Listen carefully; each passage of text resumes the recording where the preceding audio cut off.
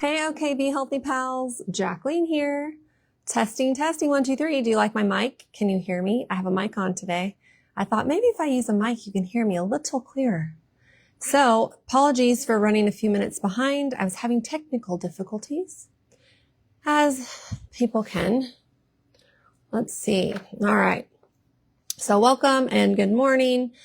We are going to be talking about a lot of wonderful questions today. Good morning, Donna. As you're logging on, let me know where you're watching from. I'd love to know where you are and what you're doing in the world today. And also let me know if you can hear me okay. Am I too loud? Is that ever a problem? Am I clear? I have my mic on. So I thought, oh, I did a class yesterday and I had my mic on and it just sounded so fresh. So I thought, let's try it. See what happens. So if you can hear me, and I see lots of love, so I'm assuming that you guys can hear me. Apologies, I didn't mean to give you guys many heart attacks coming on late. Like, where is she? Where is she? Good morning, Ninhiski. She's from Miami. We have Donna, Angela. Maybe it's Ninsky. I want to know how to pronounce your name. So I think I'll be talking to you soon to find that out. So good morning, everyone. Donna's from Tennessee. Marsha's here. Lots of great questions. And you know how we're going to get started today. We're always going to talk about our retemery card, what scripture we're memorizing this week. And the scripture we're memorizing this month, I should say, is Isaiah 43:19. I'm not quite there yet, but I have to say I have not applied myself as much as I should be. So I'm going to up my ante. So by next week, I'll be able to say it by the end of the month without the card, okay? It says, behold, I will do a new thing. Now it shall spring forth. Shall you not know it? I will even make a way in the wilderness and rivers in the desert. So that is our retemery verse this month. You can get these in any order you place with us. You can also send us a pre-stamped envelope to our address here, and we're happy to send you one in the mail if you'd like one. We would love you to have these as well. If you can't afford an order, we would love to just send you one. Just send us an envelope with a stamp on it, and we will send you one in the mail. Make sure it's pre-addressed, because we won't know where you live. So that is our scripture for today. We have a lot of wonderful questions, so we're going to get right to it. I've got my wool cardigan on today. It's actually it's starting to get warm, so I feel a little warm in my cardigan. Maybe I'm just super excited to be here. So, welcome everyone. We're going to get started now. We have Tracy Green's question, but as always, I always like to start with my subscribers first. So let me back up. We are going to start with my subscriber questions first. If you'd like to become a subscriber, you can. You just join our page. It's a membership. And you can join and see what we're doing every month, every day. We do something fun. Subscribers get 10% off coupons to the store. They get classes. They get our classes every month. I'm trying to do a class here at the store. So that is something included with the subscriber page is a class live streamed, and lots of other fun little things. We do book club over there. And, so it's coming along well. And you also get your questions answered first, and questions answered all the time. But, so I'm going to start with our subscribers. This one's from Storm Parker. She says, best home remedies for when the body is run down and activates or catches a virus.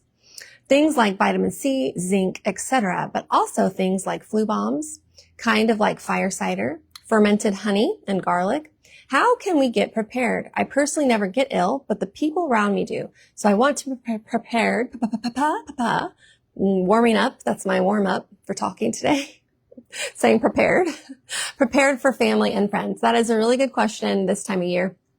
And I would say the first thing is prevention and being prepared. And how to prepare is to make sure you're drinking your water, you're getting your exercise, you're eating, your fresh fruits and your fresh vegetables every day. So that way, when the season is here, which honestly, you can catch anything anytime, it's just important to be one step ahead and keeping your blood super strong, which we talked about yesterday in our class. It's important to keep your blood super healthy and give it all the things that it needs to keep you healthy in return. So for sure, you want to make sure you're doing that first. Make sure you're preventing any possible, and chance with it coming across it. Someone's coughing on you or in a room with a lot of coughing people. And then just prepare as best as you can. You can do that with eating well, but then you can also prepare with wonderful supplements and tinctures and herbs that I love. And these are what I have all the time at the home. These are the things that I have because sometimes the boys get a little under the weather. And now that we're approaching winter, I can't just go outside and pick some mullein or pick some plantain. So I try to have all that ready to go. If I don't have any, then what I have is vitamin C for sure. I love the zinc. I love vitamin B. I love quercetin is good as well. But some of the big ones that I always have is oregano. I always have an oregano. We have oregano capsules. You can take oregano, but you be very careful. Don't let it actually touch your mouth. It will leave a horrible taste in your mouth for a very long time. So be careful how you take your oregano. But that's another good one to have. I also like to do something called a vitamin C bomb. You can find that recipe that my sister taught me how to do with her kiddos many years ago. And you can make that. That recipe is on our website, okbehealthy.com. There is a recipe for a vitamin C bomb. And in that, you have a bioavailable, vitamin C. You want something that is easy accessible to the body. You don't want a vitamin C that is empty. So make sure your vitamin C is full of life and can help you stay healthy. So I recommend the Pure Synergy brand of vitamin C powder. It's really good and helpful, and that's what I like to use in my vitamin C bomb. You also need liquid D and liquid zinc and orange juice. And kids love this recipe. So you can find that recipe on our website. It's completely free, so go check it out. And let me know what you think if you make it. But that's a really wonderful one to give them every day, a little just vitamin C bomb to help them. There's also the flu bomb, and that recipe's on there as well. And another one of my favorites is echinacea. Jonas just made an echinacea tincture, and I'll show you here. This is our echinacea tincture, and echinacea is so good for immune system boosting, keeping you healthy, packed full of all kind of wonderful immune system properties. So this is something I love to have at the house. We have a lot of echinacea, a lot of oregano, a lot of vitamin C, a lot of zinc. You can even get liquid zinc and put it in the mouth for a sore throat and gargle it, and then swallow. Anybody have any questions about flus or colds? These are just some things you can kind of look into. Of course, you can have an arsenal. You can have every single thing you can imagine. But that's kind of an idea. And I love the Zan brand lozenges. They're my favorite. And I love the menthol ones. So it's very good for sore throats. It's helpful for people, and it doesn't use refined sugar. Let's see. Angela said for a cold, I use raw curcumin, black pepper, honey, and hot milk. That's interesting. So if someone has issues with milk, though, you probably don't want to do that. And black pepper can sometimes be a blood irritant. So maybe look into cayenne pepper. But that does sound like it will do some healthy, happy healing, huh? Okay. We have Cheryl. Yeah. She says, what about elderberry? Elderberry is great too. Definitely look into elderberry. Elderberry with echinacea. Even better. But some people who have autoimmune issues, and it's really not the body attacking itself. It's really just what's going on. What do I need to find out? What is my body trying to tell me that's irritating my body? But for people who are labeled with that, they can't really tolerate elderberry. So, I prefer echinacea because they can tolerate echinacea better. And so sometimes a lot of people actually are becoming diagnosed with, autoimmune disorders. So, echinacea is just a little easier on the system, but if you don't have any problems, go for it with elderberry. Elderberry is wonderful. Some people do fire cider. I know most fire cider has, vinegar in it, and I don't drink or consume vinegar. So, that's I would probably just adjust if it were me, I would adjust it a little bit, and not be consuming vinegar. There's a great article about how vinegar turns into acetaldehyde, and when it's in the body. And you can read that if you just go online and search. And I post the article from time to time. So I can post the article for you guys later on that. So personally, I don't do fire cider because I just don't do vinegar. I probably do my own version of a fire cider. Okay. All right. Next up, we have subscriber Rebecca Scholl. She says, I have a few. What is sour soap? I don't know if I'm saying it right. Sour soap. I didn't look it up, but sour soap. What is it used for? What is a good multivitamin to take? What Bible should one buy? Her King James isn't good. Maybe she wrote is a good one. Thoughts or thank you isn't a good one, but maybe she meant is a good one, but maybe isn't a good one. So we'll start with the sarsop or graviola or guanabana. Those are some names of this wonderful herb. It's actually a tropical fruit. It's really pretty. Check it out. It's beautiful. It actually has a lot of antioxidants, and it's rich in vitamin C. It has about 34% of your RDA of vitamin C is found in this wonderful fruit. I like that, guanabana. It sounds amazing, but when you look at the picture, it looks like a guanabana. But they say you can eat it. A lot of the tropical countries make sweets and desserts with it, drinks with it, smoothies with it, sweet and tangy. I have to say, I don't think that I've ever had it fresh. Maybe I didn't know I was eating it. But it's rich in antioxidants. What else? It helps your immune system. I printed a little form out here, and I'll post it on the subscriber page for you. Rebecca and anybody else who's on there, you can see if you want to see what it looks like, but I can tell you here too. It has wonderful immune support because of the vitamin C and can help you fight infections. It potentially helps you to reduce your risk of chronic diseases. The fiber content aids digestion and promotes bowel movements. So that's good to know. So it's really good in digestive health. Blood sugar control. Hey, for those of you trying to, watch your blood sugar, it does have a blood sugar control property in it, by slowing glucose absorption. Interesting. It helps manage your blood by that. It has lots of anti-inflammatory effects because of the antioxidants, and antioxidants help that, reduce that inflammation. Cancer research indicates that compounds in the fruit may have anti-cancer properties. And that's why I have a lot of people who are battling cancer. They love using this. You can drink it in a tea. You can use it as a herb. You can take it in a capsule. If you live in this country, you could eat the fruit. In the country that has it, I'm assuming somewhere tropical like Brazil or something exciting. And you can also, they say you can eat it raw. You can make it into a juice or smoothie or a dessert. So it has quite a lot of wonderful benefits. So yes, I would suggest using it if you're wanting something with more vitamin C, boosting your antioxidants and whatever else it might be that we just spoke about. Now, next question was, what is a good multivitamin to take? And I did bring some of my favorite multivitamins from the store. It's a brand called Pure Synergy. I really like their vitamins. There's a women's multivitamin. They have 2-a-days. They have 4-a-days. They also have just like a 1-a-day. And then there's a men's multivitamin, multi-herb. And then there is just like a regular for everyone. This is what I give my teenagers. So my kiddos use this, and they like it. So if you can swallow a pill, then that's good for you. If you can't, then I would look into a multivitamin that doesn't have a lot of garbage in it. You can find a powder, or you can find a liquid. Just look into the ingredients and find out. So those are one of my favorites as far as multivitamins go. They use a lot of bioavailable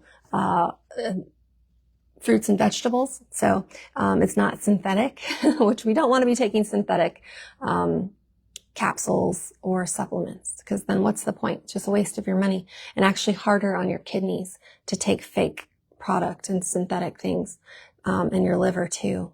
Okay. What Bible should one buy? I like this question. This is a fun question. You know, what I would suggest is getting the Blue Letter Bible app. Have you guys heard of the Blue Letter Bible app? Or, the Holy Bible app, Holy Bible. My Southern almost really came out there. Holy Bible. Robin said, sorry, I meant to see if you guys had questions. Robin said, are the multivitamins on your website? They are not, but you can definitely call the store and we can mail them to you, or you can look up them on their website, and that is puresynergy.com. But yes, we're more than happy to help you put any little box together and ship it to you at any time. Just call the store, 405-837-5379, and we can help you with your order. And so back to the Bible. I love the Bible app, Blue Letter Bible, and I like the Bible app, Holy Bible. So you can check those out. And what I love about it is you can look into any, version of the Bible that you want to. So maybe you have a favorite scripture. Maybe you want to look at Isaiah 43:19, and you can actually see what all the versions say, and they've translated that scripture to be. And honestly, I would suggest reading a few different ones and kind of come to the conclusion of what you like best.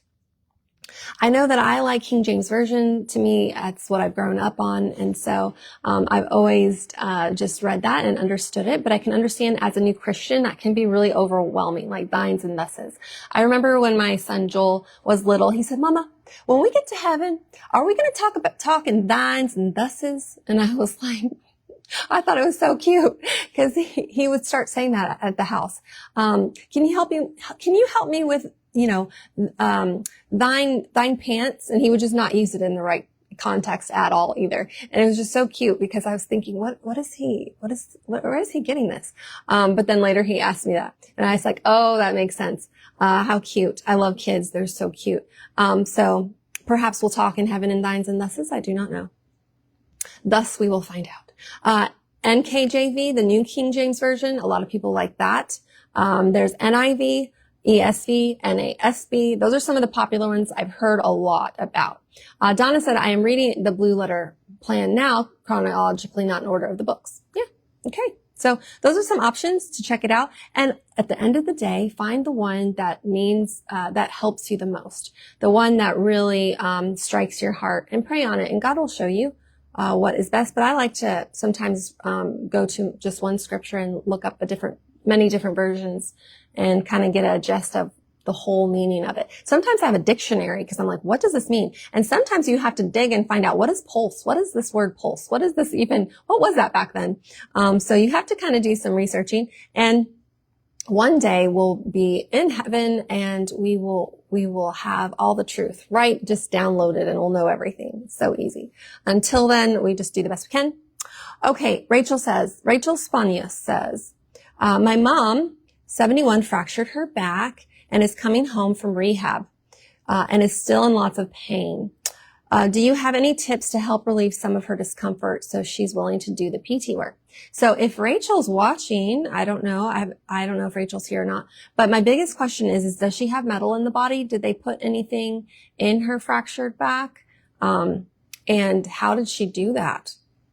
Did she fall? But we can definitely talk about some ways to help. Now, if there's no metal in the body, you can use comfrey salve. Comfrey salve is a fantastic salve to help rebuild and reknit bone and joint and help and tendon and muscle and tissue back together. And it works pretty fast. It fuses it together. You never want to use it on an open wound because that's how fast it can close, and you don't want it to close bacteria in yet. So one thing I would suggest is using comfrey salve, comfrey poultice, or comfrey oil, some kind of comfrey on that if there is no metal in the body or any kind of, fake part in the body. I don't, you know what I mean? You guys know what I'm talking about. Another thing I would suggest is strengthening her bones, because most times people do things like that when they've fallen. And so, that's a good indication that the bones need to be strengthened, and you can do that using wild yam cream. Wild yam cream is great for helping rebuild osteoclast and rebuild bone through the production of osteoclast and osteoblast help and rebuilding and rejuvenation. So I would suggest getting on some wild yam cream. Yes, Robin wrote a little note. Comfrey salve, knit bone. Yes, very good. You can just picture a little knitting needle. There we go. Knitting the bone back together, and the tendon and the ligament and the muscle and all the things. Castor oil rubbed into the area is nice and soothing as well. You could look into St. John's wort if there's some nerve pain and things like that going on. What is her diet like? Increase her minerals. So ask her and remind her to make sure she's drinking her minerals, and eating her minerals. And you can do that through eating Celtic salt. You can do that through making a yummy smoothie with lots of dark leafy greens every day. And then I would suggest maybe,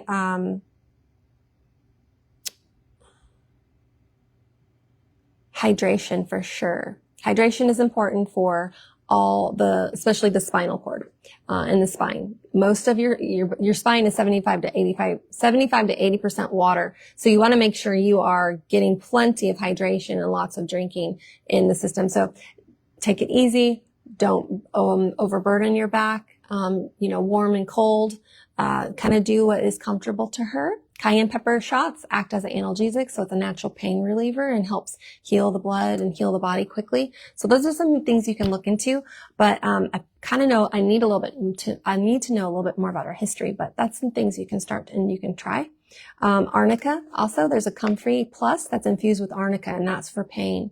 And so arnica is really good for pain relief. So you could try one of those salves. There's also arnica homeopathics, and you can take that internally. Okay, Risa said, hello, my mom, 87, has a hard bump on the outside of her foot for almost a year now. When I take her to the podiatrist to get her toenails cut, he scrapes the top layers off, but the bump is still there. It is very sore and getting bigger. She also has arthritis in her fingers and crooked. Her fingers are crooked. They look as if they are growing extra bone. Wondering if that's what's happening on her foot. What would you suggest? It's painful for her to wear a shoe. Any suggestions would be great. I tried castor oil on it for 1 week and no change. Should I try it longer? Ding, ding, ding. One last question. We'll go to that one next. So yes, you already knew the answer to your question. Castor oil will definitely take care of it, but you must be consistent and you must use it every day. And it might take some time depending on how long she's had this. It could take a year. But the thing is it's going to be slow, subtle, and consistent. And castor oil is a deep penetrating oil. When you apply it, it gets in there and it's slowly breaking up abnormal tissue, abnormal bone, abnormal tendon, bunions and cysts and anything like that that's not supposed to be there. It's really good at breaking that stuff up. There's a picture of a lady. I posted it if you want to go scroll a little bit. And she showed me a lymphoma on her wrist. It was quite large, and she was consistent in changing some diets and her health, her lifestyle, and her diet, and also consistent in using castor oil. And she tried some other things, and it's actually gone now. So it was really neat to see. Personally, I wouldn't let them shave off any more of it. I would stop irritating the outer part of the area because the body knows what it's doing. It's making that cushion there for a reason. And so I would leave it alone, and I would just wear a Comfrey bandage all the time, 24/7. And you'll just need to add new Comfrey and just keep it fresh, keep it clean, and just use castor oil. You can also massage in Comfrey into the body too, if you feel like the pain is hurting, and it can actually help and heal. And then she has another question. My 9-year-old granddaughter has a bad itchy rash all over her body. It looks like welts. Calendula is helping some. Anything else you can recommend? Well, you can look into using a skin clear salve. There's a skin clear salve you can use with even more herbs in it for the skin. You can look into drinking the skin tea, which is calendula, chamomile, clear skin tea. So there's some other things that you can do. She's 9. I know my 9-year-olds like to drink tea when they're little with a little bit of honey, but I'm not sure about your 9-year-old. My boys, were kind of different growing up. Not different bad, but they would drink tea since a very small age. And look at their diet. A lot of times it's the allergens that get in the way of the skin being inflamed and irritated. And so make sure she's drinking enough water. Make sure she's getting enough minerals. Make sure she's getting dark leafy greens. Make sure she's getting plenty of fat, fiber, and protein in her diet. Reduce the refined sugar. Reduce the carbohydrates, the refined carbohydrates. That's about 99% of the diet these days is pizza, crackers, pasta, cereal, milk. It's all sugar, and carbohydrate, refined carbohydrate. So be mindful of how much she's getting of that, and be mindful of how much it can interfere with just her skin. And see, the skin is an organ of elimination, and it needs help. It needs help in eating the good things. So when it takes out the trash, there's not so much, or it's not so, it's just, yeah. Does anybody have any questions about that? just go back really quick. Okay.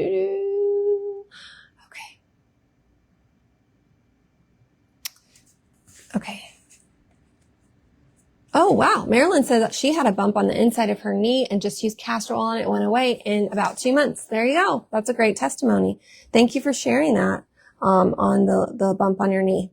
Okay. Also another homeopathic remedy for the skin is Rust Tox. And also look into,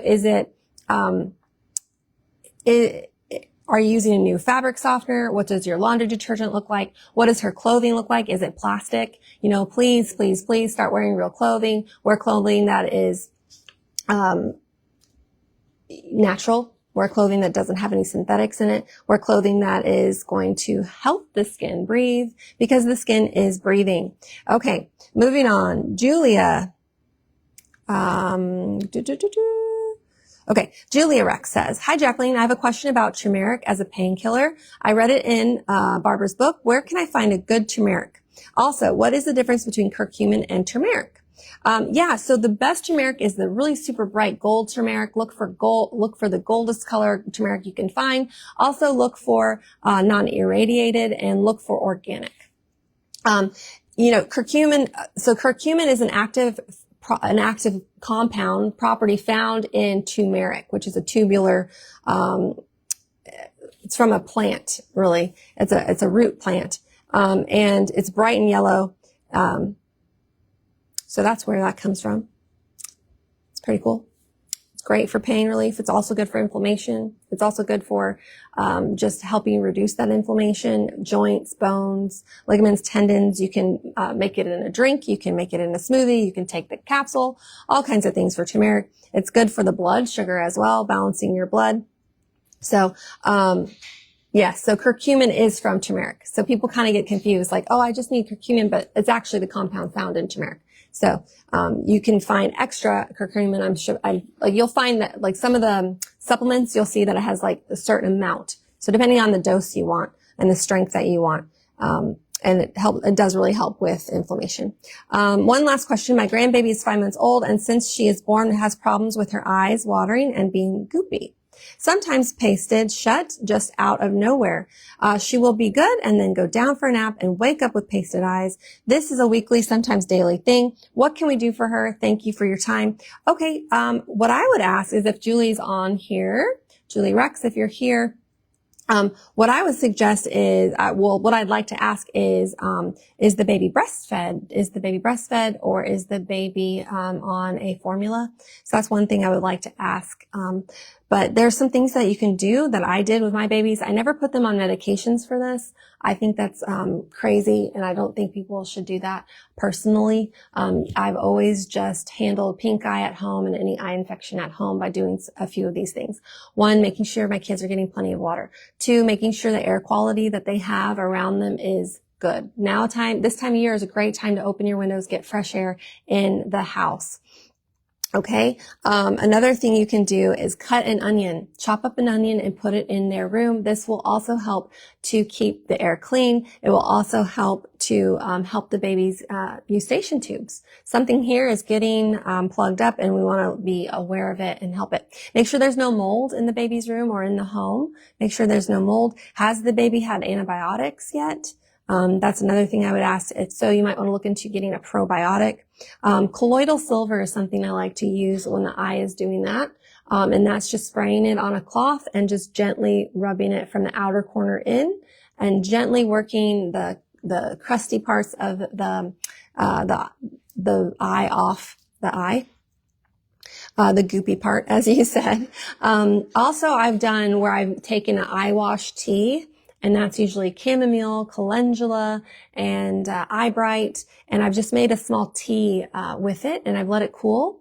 And then I kind of like the warm, actually. I've noticed when you are wiping something on the eye, it feels so much nicer when you have something warm. So I would dip a warm washcloth into the tea, and I would wipe that on the child's eye or my eye.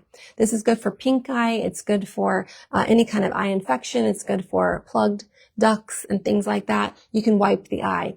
Obviously you can't have a baby do an eye wash, but as you get older, you could do an eye wash.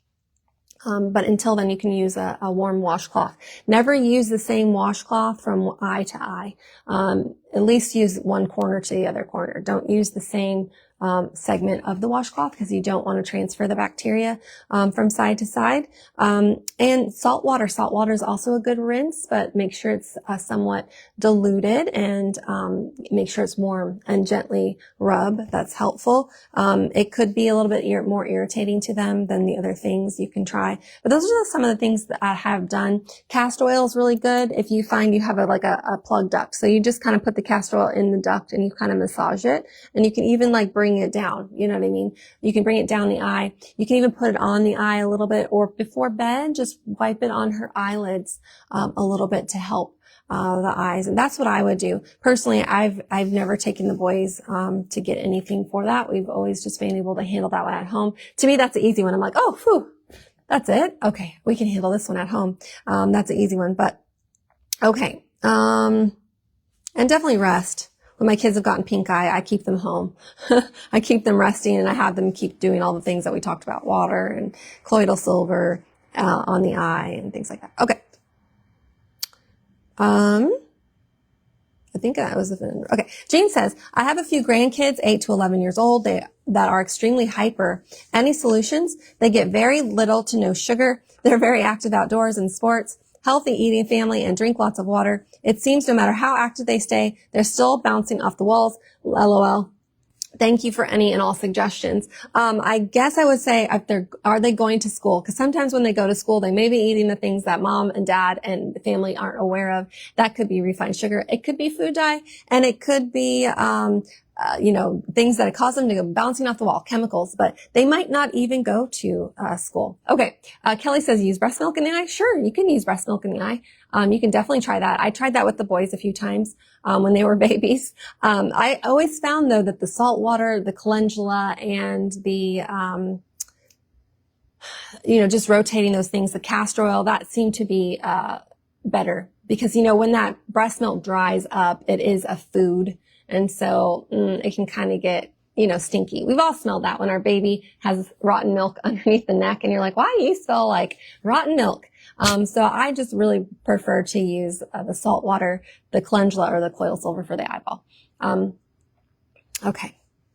So for the kiddos, that's one thing I'd ask is just make sure that they are truly eating all the things double check that. And also watch the refined carbohydrate and watch healthy food. Sometimes healthy food, actually has a lot of sugar in it, or a lot of carbohydrate in it. So just kind of, watch what they're eating. And be mindful of, they just ate this. Now, it is natural for kids to have energy, and that's a good thing. That's not bad. We should be happy our kids have energy and they're full of life. Sometimes it can be a little much. I remember when I was homeschooling the boys, I would send them outside. I said, go outside and just go play. Go play for an hour. Just go run, go play football, go exhaust yourself, go ride on your bike. We will do school in a little bit. Just go. You guys just all need a break. It's just too much for you. You know what I mean? That's what kids need. They don't need medication. Oh, your boy is acting like a boy.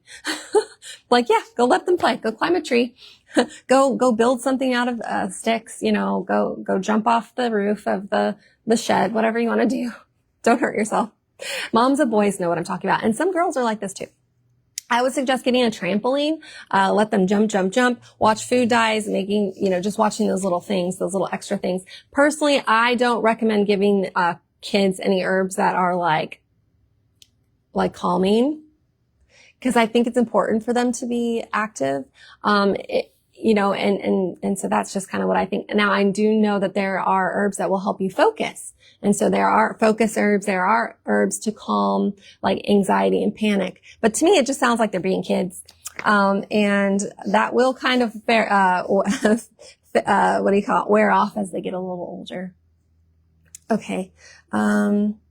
Marissa says, what can I do for neuropathy or pain in the feet? Yeah, this is a good one. And I'm also going to answer Michelle's question because she also asked about neuropathy too. So I'll be answering Michelle and Marissa on neuropathy on the feet. When you aren't feeling your feet, or you're feeling the tingling or the pain or the issues in the feet, the biggest thing to ask yourself is, am I staying hydrated? Am I exercising? Am I moving my blood? These are things you want to ask yourself. Is this happening? Or am I becoming very, lackadaisical in my movement, sitting around too much, and not as active as I once was, which can make sense, right? Because your feet are starting to hurt. So it doesn't feel good to be on your feet. So do you see how it can just get worse? So the best thing to do is sit on a rebounder and gently bounce to move the blood and to move your lymphatic system. If you can do it for a little bit on your feet, go ahead. Just be careful. Make sure you hold on to something so you can get the blood moving. If anything too, you can do some calf raises while you're sitting at the couch. You can do a few squats up and down off the couch. You can even just lay on the back and do some bicycle in the air. Things like this that might take some pain off the feet. Swimming is very helpful for people. You cannot do hydrotherapy on someone who has neuropathy because they can't feel. And so you can actually burn their feet, and they're actually very sensitive. So the best thing to do is use a compress. And you can do that by getting a piece of cloth. You can use paper towels. You can use anything like that. And you want to have it about the size, kind of folded over like a double layer, and you want the size of the foot. And what you do is you put olive oil on it, or you can put some castor oil on it, or any kind of oil. You can dab it on there if you want to. You can kind of zigzag it along. However you want, you just can put that oil onto that cloth. It doesn't need to be soaking wet or, drenching with castor oil. Next, you just sprinkle some cayenne pepper. That's it. You're going to then do a layer of cayenne pepper, sprinkle, and then you put that on the bottom of the foot. And then what you can do is you can wrap it, put a piece of plastic on the bottom, or you can use wax paper on the bottom, parchment paper, anything that has kind of like a waxy coating. And then what you do is you can also wrap the foot if you want, or you can just put a tight sock on. And you can leave that 1 to 4 hours until you start to feel your toes start to tingle. That's a good feeling.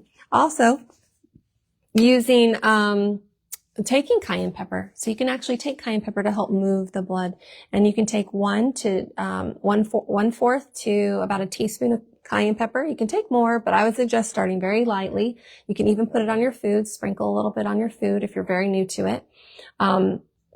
I suggest burying the cayenne pepper in between layers of food so you don't have it directly on your mouth. It can burn, or in a soup, which is nice.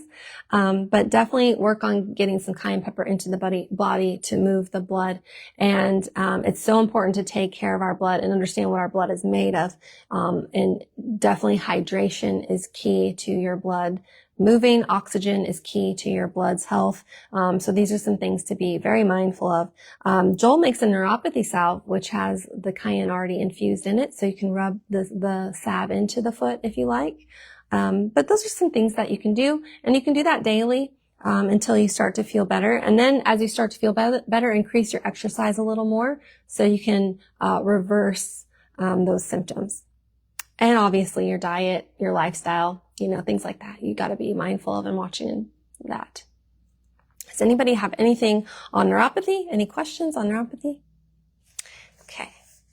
Moving along. Jacqueline says, hi, Jacqueline. What's your view on intermittent fasting? Would you recommend it for those with silent reflux and adrenal fatigue? Yes, I love intermittent fasting. I do it every day. I do it so much that it's just part of my lifestyle now. I find it's the best way to manage your weight, because we all want to make sure we're managing our weight and staying fit and feeling good in our clothing and just in our body. We want to feel good in our body, right?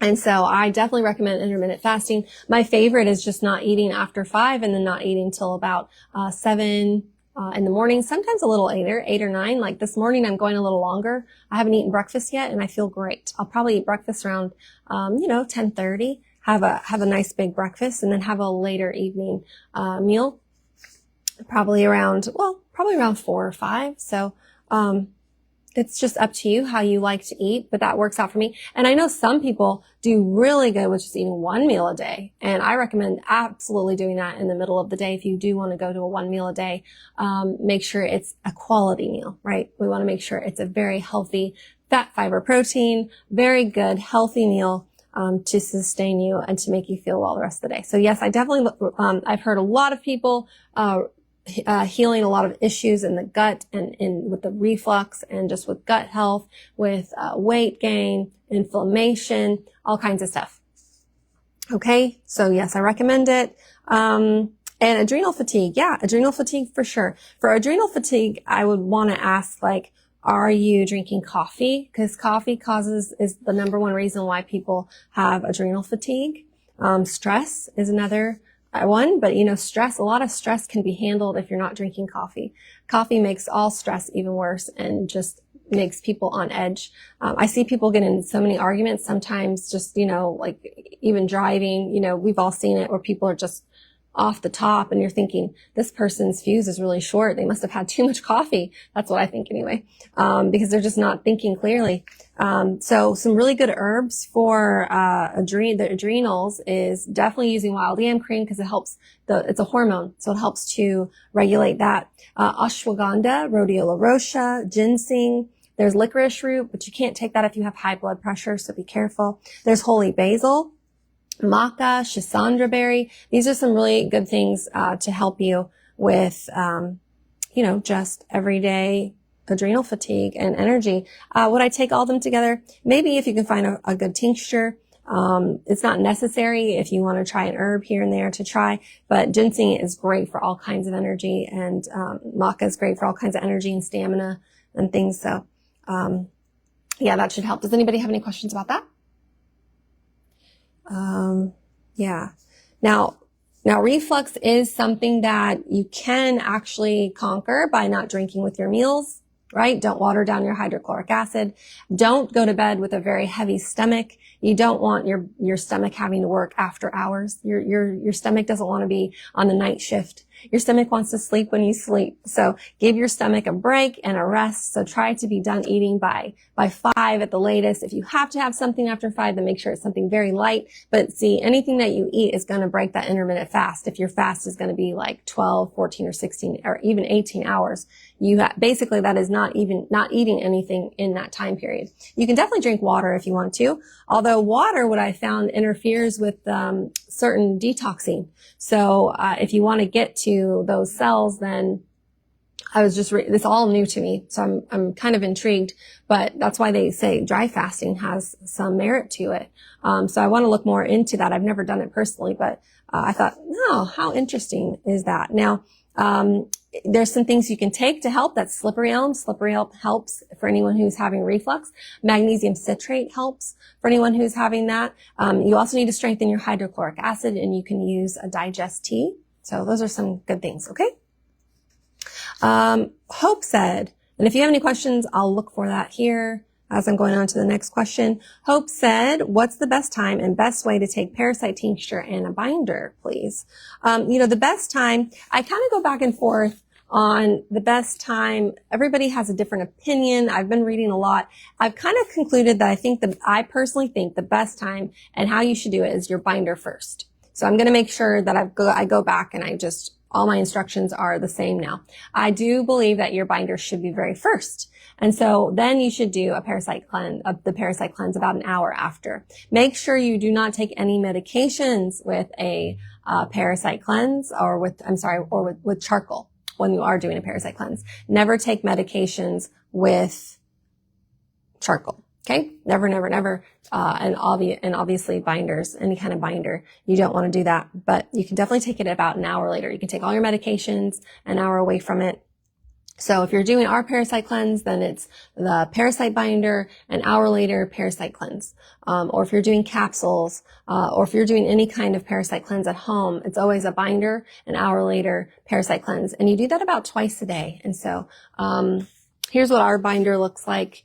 It's a powder, and we put slippery elm, charcoal, and psyllium husk to keep you regular, to keep everything coated and soothed and protected, and also to eliminate the waste and the toxin and the buildup, the micro of the death of the parasite, the biofilm when the parasite dies off and lets go of all that, biofilm and sludge and toxic yuck. That's what we call everything here, toxic yuck.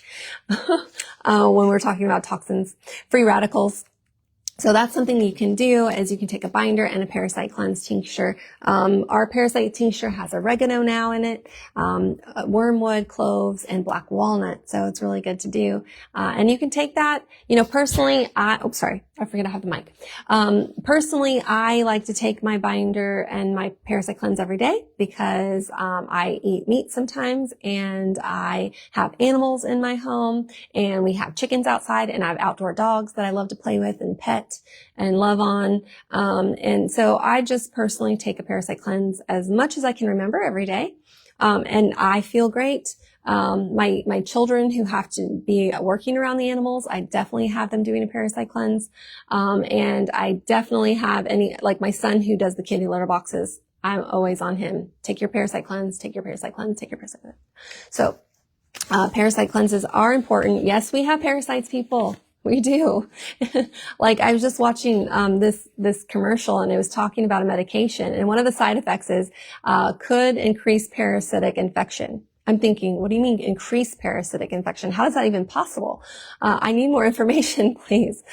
So I wrote them. I haven't heard back yet. I don't know if they will write me back on that, but I thought, oh, wow. So are you acknowledging that we do have parasites after all? So yeah, it's important to do parasite cleanse. Now I could teach a whole class on parasites. And our body does have a natural defense system against them. So you don't have to freak out. You just need to make sure your hydrochloric acid is strong, make sure you're eating well and doing all the right things, drinking well. But even then, you still want to do, in my opinion, it doesn't hurt to take these herbs that are helpful in balancing our system. Okay. So that was a little bit on that. Does anybody have any questions about, yeah, it's great. There's a lot to do with the moon. God has some great energy when it comes to the moon. A lot of babies are born on full moons. So it wouldn't surprise me if parasites are more active on full moon. But if you're doing it monthly, then guess what? You're going to hit a full moon. So I don't get too involved with the whole calendar and the stars aligning to do my parasite cleanse.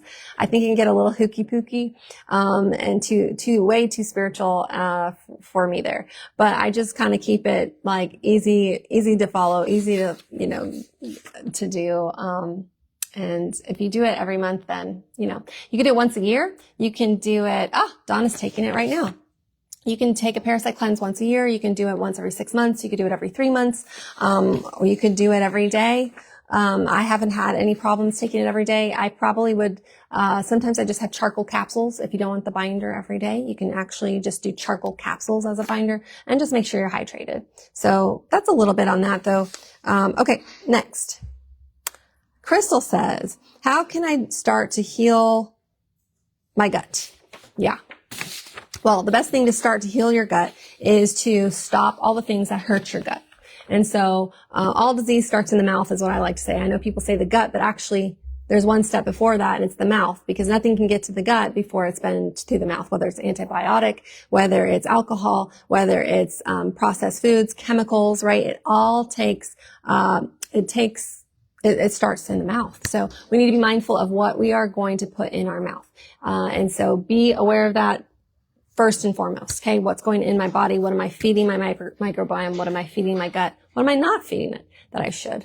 What am I feeding it that I shouldn't, right? These are questions you want to ask yourself. When I was healing my gut, the biggest thing I did is I stopped all the bad things, okay? Stop all the bad things.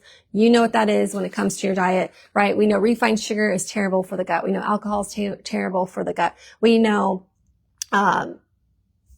peanuts can have a lot of mold and it can cause destruction in the gut. We know medications can cause havoc in the gut. Antibiotics, right, against life. Those things can cause horrible problems in the gut and then cause a cascade of other issues. Once you kill all the good microbiome, with the bad, then you have like this whole, standstill in the gut and the body's like, what's going on here? So you have to rebuild those things. So eating cultured foods, eating sauerkraut and, cultured yogurts and things. These are things you want to add to your diet, when you eat. You want to definitely eat some cultured foods to help build that microbiome. I started taking a probiotic 45 minutes before breakfast, so that I could get to my gut before it got digested in my stomach. So make sure you do that on an empty stomach, 45 minutes before breakfast. You can do, the probiotic. And then aloe. Aloe helps to repair the gut too. So you can drink 2 ounces of aloe in the morning and in the evening. You can also do that with a probiotic. You can do the probiotic in the morning and the evening. You can double up on it. You can triple it. See how you're feeling. If you start to develop diarrhea, you know it's too much. So be careful with that. What else would I do? Slippery elm. Slippery elm is very helpful. It's very slippery. You can try slippery elm. You drink about a teaspoon and you mix it in about a half a cup of water. It turns sludgy. I like the water a little warm, and then you can add a little cool water, and then you just drink it. And it coats, soothes, heals, protects the lining. It's kind of like a primer on a wall, that's like black. Ooh, we need a lot of help here. So you just get that primer out, and coat by coat by coat, it starts to look better, right? So treat the inside of your stomach the same, or the inside of your body the same. Sometimes you need to prime the body before you take in any food, right? For people who have SIBO, or people that have any kind of digestive upset or Crohn's, anything like this, there's a lot of times you need to prime the body before you introduce any kind of food. Help the little villi be prepared to absorb the nutrients from the food.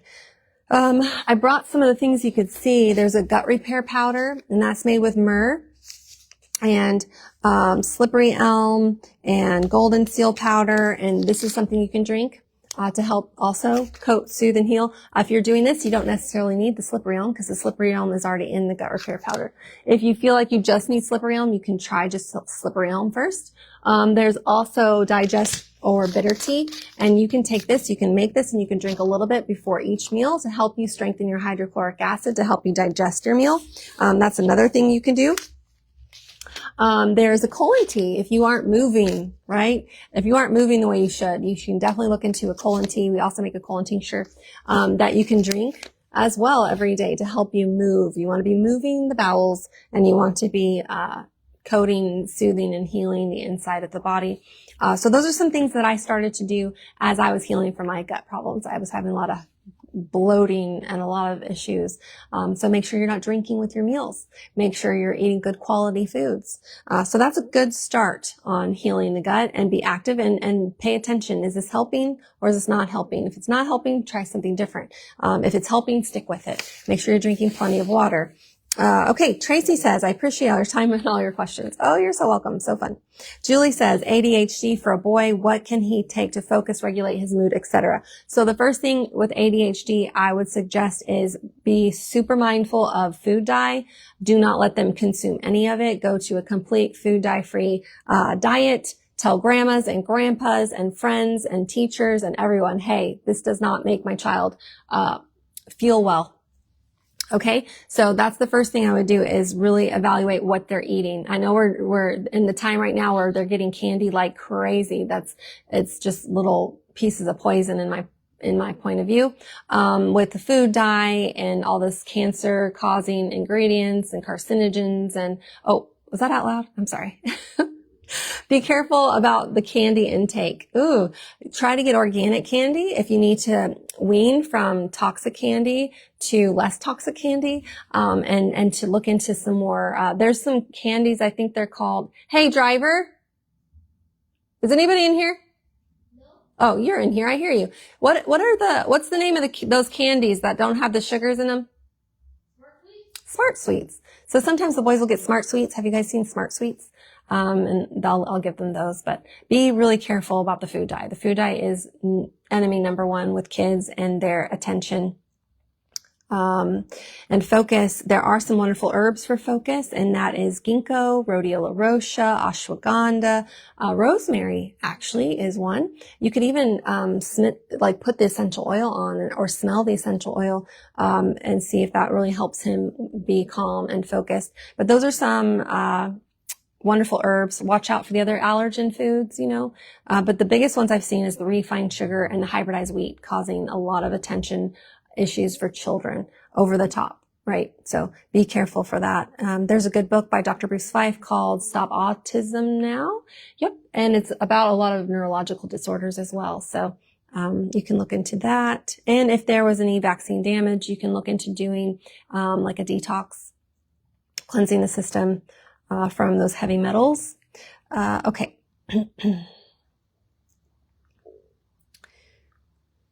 Francis says, thank you for all the information you give us. Appreciate your time. That's very sweet. Crystal said, my grandma's 85. Blood pressure is up and down throughout the day. What could she do to help regulate it?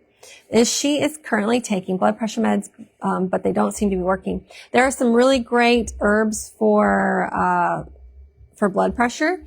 But I would, personally, what I love is that blood pressure is an issue you can control because you can watch and see what's happening when you do an herb. Is it helping? And because you'll know because it'll start to get way too low, right? And you know it's working. So these are some wonderful herbs that I like and I suggest. And I've had great success.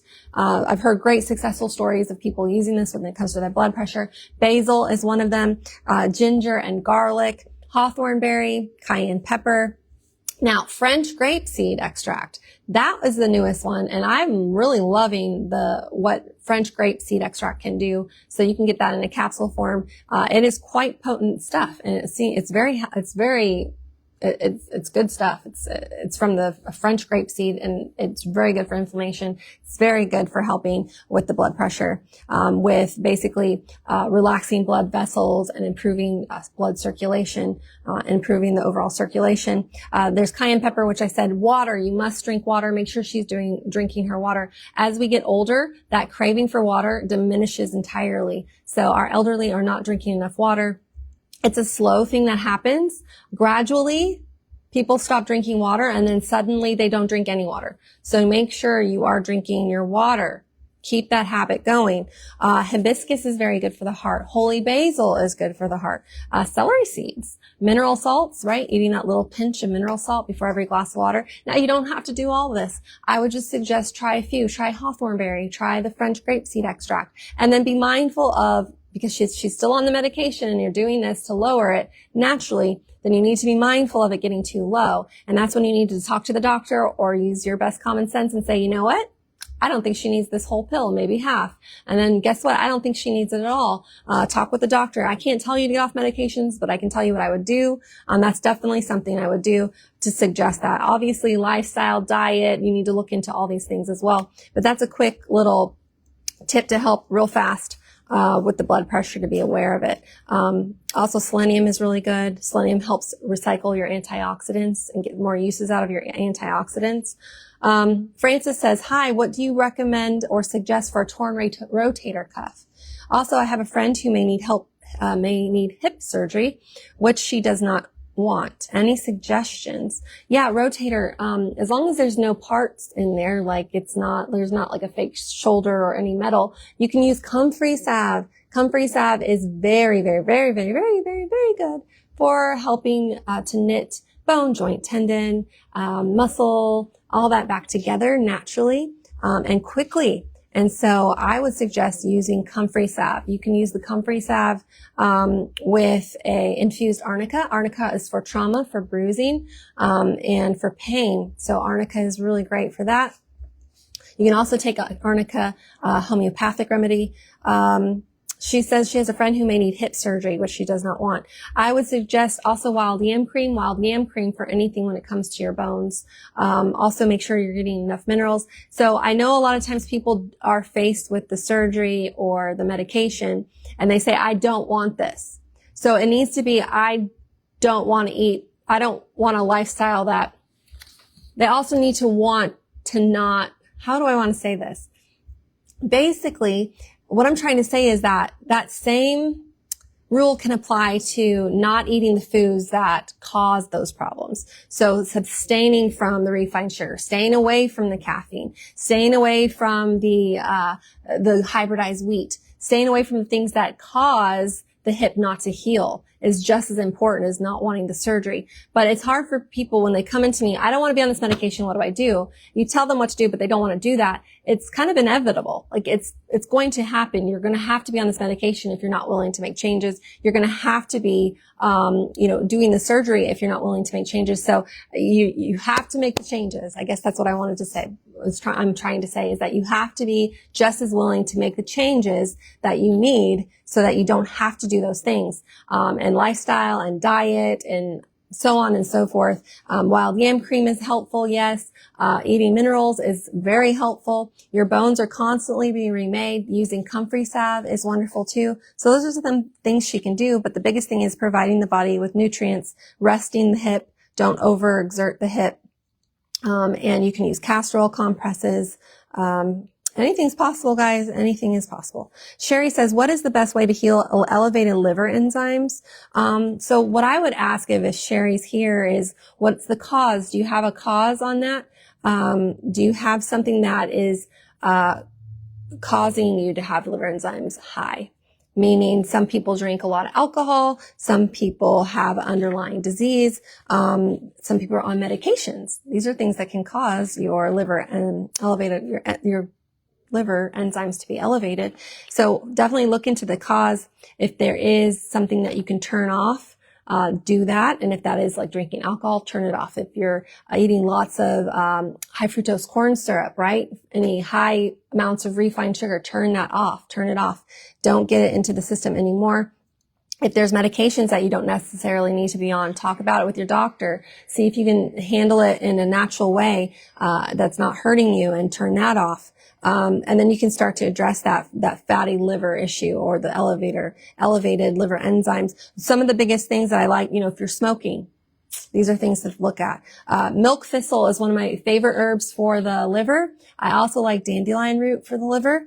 There is artichoke. I think it's Jerusalem artichoke. We have a product called Live Gall. Have you guys heard of it? It's got a lot of great, herbs in it for the liver and the gallbladder. There's ginseng, there's turmeric. We talked about turmeric earlier. So those are some other things that you can look into. For the liver, you can use a castor oil compress over the liver. You can look into doing a liver detox, a liver cleanse. Those are some things you can do. But I always suggest starting with changing the diet first, stopping the culprits, then later on, because the liver is pretty good at taking care of itself once it's assisted with all the things that it needs. Then I would suggest doing a detox or a cleanse, but that's kind of after. I would start doing the things that you can do now before you do such a drastic approach. Jalinda says, remedy for itchy scalp. A lot of times if the scalp is itchy, the skin is itchy, the feet are the feet are itchy, or the groin area is itchy, it's usually a sign of candida growth or overgrowth.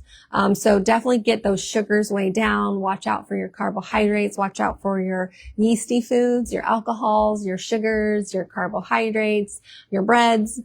Get all that down. Get it down, down, down, down, down. And look into, eating more fats, more fiber, more protein. If you're drinking caffeine, stop. Caffeine causes a lot of eczema, a lot of itchy scalp, a lot of flaky scalp, a lot of dryness. Coffee is, what is with me today? Coffee is dehydrating. So be careful of how much coffee you're drinking. Drink lots of water. Drink things that are hydrating to the skin. You can do wonderful hair treatments. Make your own masks at home with blend avocado with some coconut milk and maybe some castor oil and a banana. I mean, it's going to look like sludge and it's going to look crazy in your hair, and it can be kind of crazy to get out. But some of these masks do really work. They help moisturize the skin. They help to remove the dead skin cells there and increase the circulation. I've seen people add cayenne pepper to that mix. I've seen people add rosemary essential oil, tea tree essential oil. Even just adding tea tree or rosemary and castor oil, a little bit of each of that to your shampoo is super helpful. There's a gentleman who comes in and he buys our coconut milk, and he puts coconut milk in his hair, and it helps because it's the full fat coconut milk. So those are some things you can do, but really it's why is it itchy in the first place? Am I drinking enough water? Am I staying hydrated?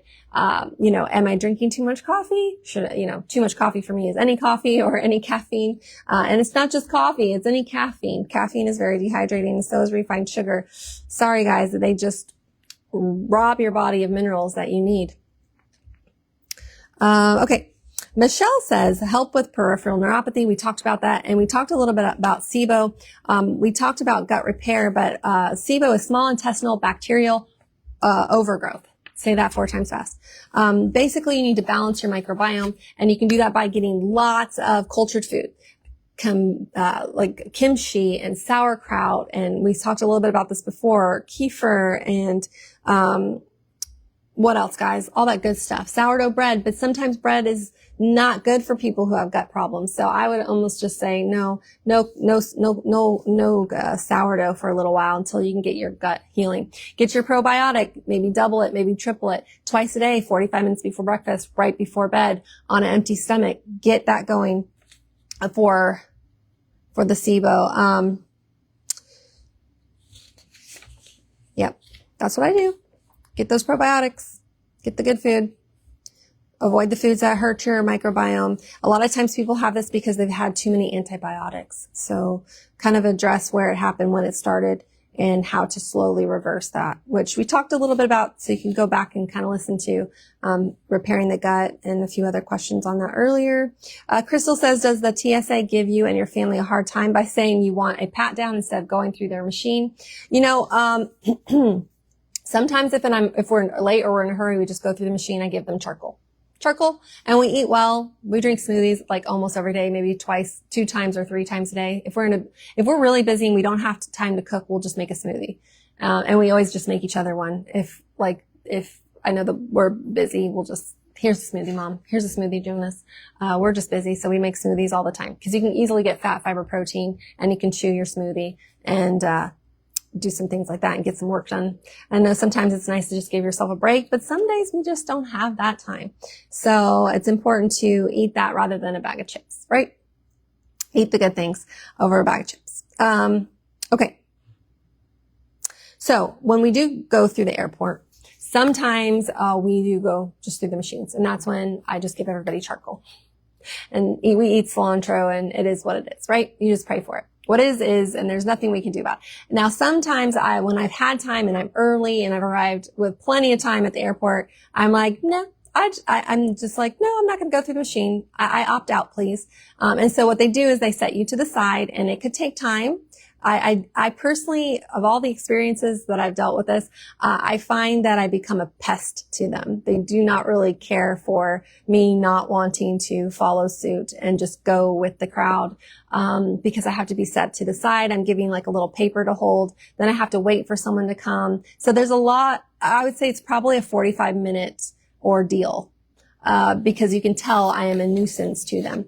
And then they pull you to the side, they pat you down, then sometimes they'll take your clothing and put it through the x-ray and, yada, yada, yada. So it just depends on how much time you have. If you have a lot of time, go for it. I mean, they should be, it's their job. So, to me, I don't know why they give you a hard time about it, but sometimes you get really great TSA and sometimes you get not so nice TSA. So I just try to be nice to all of them. I treat people like I'd want to be treated. So yeah, most times, but we don't really travel a lot together, me and the family. The last time we traveled was a long, long time ago. Sometimes I'll take one with me and we'll go somewhere. And if we have time, like I said, we'll do the pat down. If not, and we're running late, through the machines, we say our prayer and we go. Natalie says weight loss. Yeah, weight loss is that time of year. 1, stop all the foods that cause you weight gain. Number 2, start getting on wild yam cream. It helps to balance hormones. Wild yam cream is very good for helping balance hormones, especially that weight that we start to gain right here. It's usually due to too much estrogen dominance, and also just a sign of hormonal imbalances. Men, women, and children can get that. So be mindful of the weight gain, and especially to that stomach area. Wild yam cream is helpful for weight loss. The herb Gemina sylvestri, I think it is.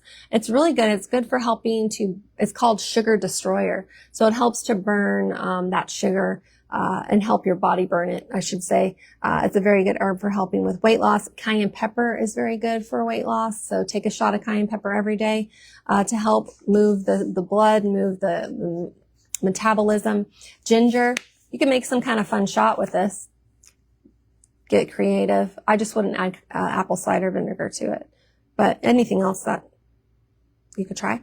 Not anything else, but okay, let's see. So there's some things for weight loss. Make sure you drink your water. Make good choices. Great things happen. Try intermittent fasting. Try avoiding all refined carbohydrate. drinking plenty of water, exercising. These things really work. I'm telling you, they really do. Tharisha says, hi, Jacqueline. I'm experiencing severe fatigue after my thyroid operation. Done so many tests, all good, but I still feel the same constant weariness. I take a lot of vitamins too. Any help is appreciated. This question kind of took me on down a rabbit hole, because I thought, man, these, what do they call them? Thyroidectomies. It's crazy how much they're doing that to people. Like they just say, oh, we're just going to cut it out. Well, let's cut it out. We'll cut it out. But we're not really addressing, the reason why anymore. It's just, people are just getting parts of their body cut out, and God didn't make anything in the body for an accident, on accident. Like everything has a purpose. So it's one of those things where we want to ask ourselves, but why isn't it functioning, correctly? And we're not all rare. You know how many people tell me, oh, well, I have a very rare. I think everybody tells me that has something serious. This is very rare. I'm like, I think they're just telling everybody this. It's very rare what you have. Sometimes when you're looking up a diagnosis, it says no known cause, no known cure. Like they don't even know sometimes what they're talking about or what they're dealing with. So be mindful of when you go to someone and they say, oh, let's just cut it out and you can be on this medication for life. I've met 3 women who do not have a thyroid and they do not take medication. I have met them this past year and they do well. They have changed their diet.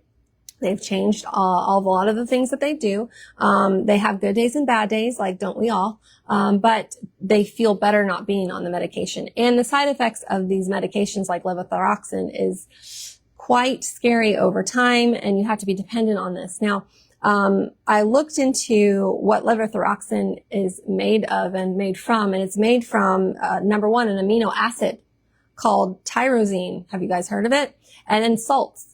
So I thought, obviously it's all synthetic. It's not natural. So this medication, anything patented or a medication from the pharmacy is not going to be natural. It's not going to be organic. It's not going to be the way God made it. Remember, God didn't make it, don't take it. But what they've done is they formulated it to be synthetic. So it is primarily synthetic, the amino acid, tyrosine. And then they do some salts that aren't the mineral salts. And then they add things like aluminum lake, which is yellow number 10, DNC. They also add FDNC yellow number 6 with aluminum lake too. So they add a lot of other things in it. This is all that I could kind of dig in the short time that I was digging. But I got to thinking, I'm like, well, what if we just started taking the amino acid tyrosine and an amino acid and eat more amino acids altogether? What if people just started to do that? So, these are some things you can look into doing. Once again, I can't tell you to get off your medication, but you can dig and you can find out, well, what is it that they're doing? Why can't I just make it myself? A DIY. DIY. Do it the way God did. Do it yourself the way God made it. There you go. So what I would personally do if it were me, I would maybe look into taking more amino acids, taking the tyrosine. You can find tyrosine in all kinds of natural things like cheese, milk, yogurt, chicken, turkey, beef, salmon, tuna, almonds, peanuts. Obviously, I'm not a proponent of some of these things. I'm not a supporter of peanuts. Pumpkin seeds, beans, lentils, oats, wheat. And once again, though, you may not need to be touching wheat because it might be the garbage wheat, and oats can cause inflammation. So you really have to be choosy and pick which works for your diet and things like that. But do you see how you can kind of start to see, and the thyroid is thyroxine, that's all a hormonal balancing thing. And so make sure you're balancing your hormones with wild yam cream. I would still suggest to be eating selenium every day. You need that selenium, so you can be taking the supplement. You can be getting it through your vegetables and your fruits and your food, or you can be eating Brazil nuts every day for selenium. I would suggest still doing a drop of iodine to the skin every day because your body still needs iodine.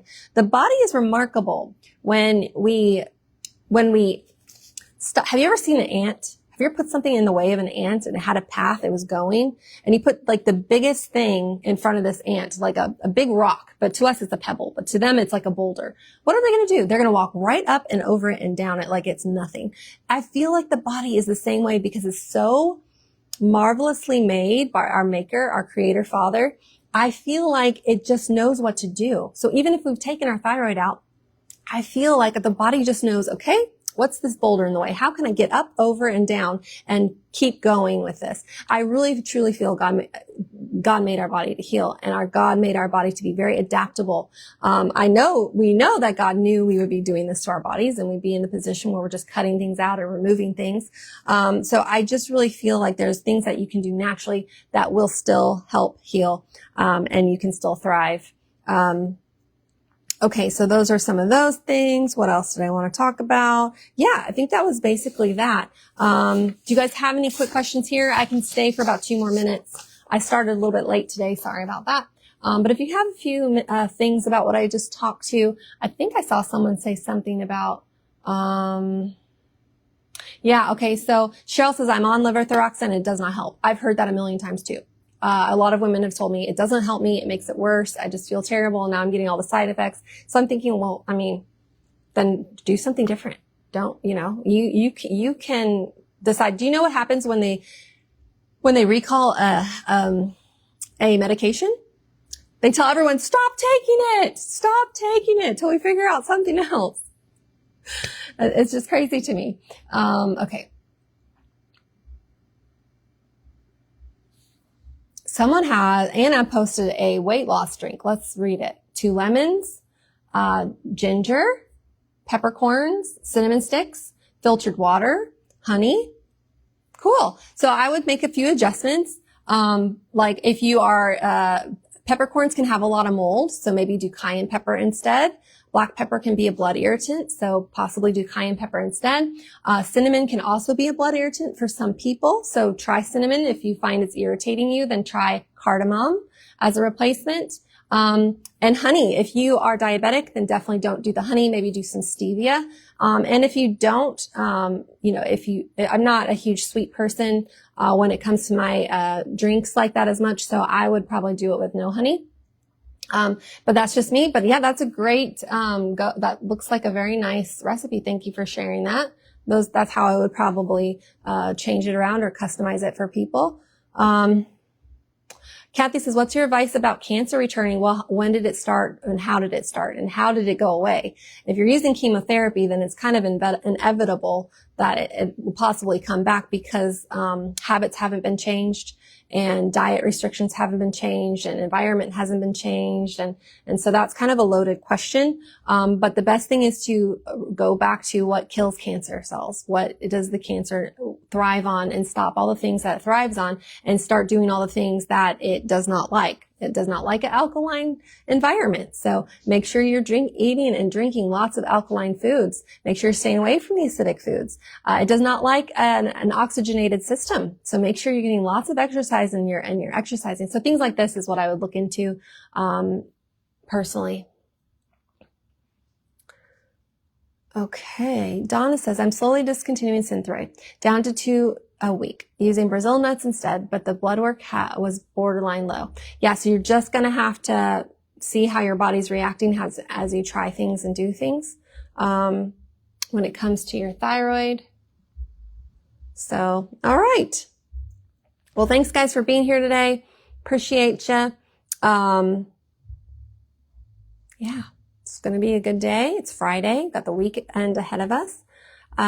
It's kind of cloudy here. It's going to get cold. I feel it. It's coming. The cold is coming. But in Oklahoma, it's like hot, cold, hot, cold, hot, cold. So that's all I got today. Have a restful weekend. If you need anything, you can call the store. We're happy to help you. We just can't do consultations over the phone, or answer, in-depth health questions over the phone, but we can definitely help you on your products or putting your order together or just general questions. If you do need a consultation, I'm happy to schedule one with you if you want more private time. And more custom information, I can definitely do that. You can look for that on our website. We have consultations there. So have a great day, everybody, and I'll see you later. Okay, be healthy, pals.